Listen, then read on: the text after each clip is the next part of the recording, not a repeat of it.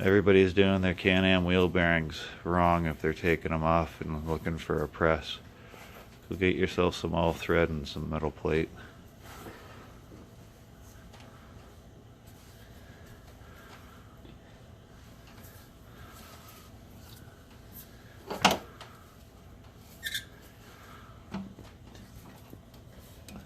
That's it.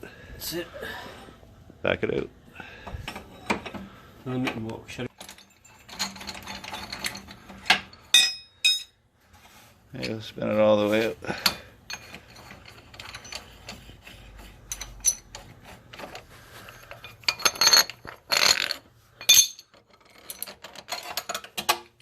Yeah, no, you're perfect. There's your groove.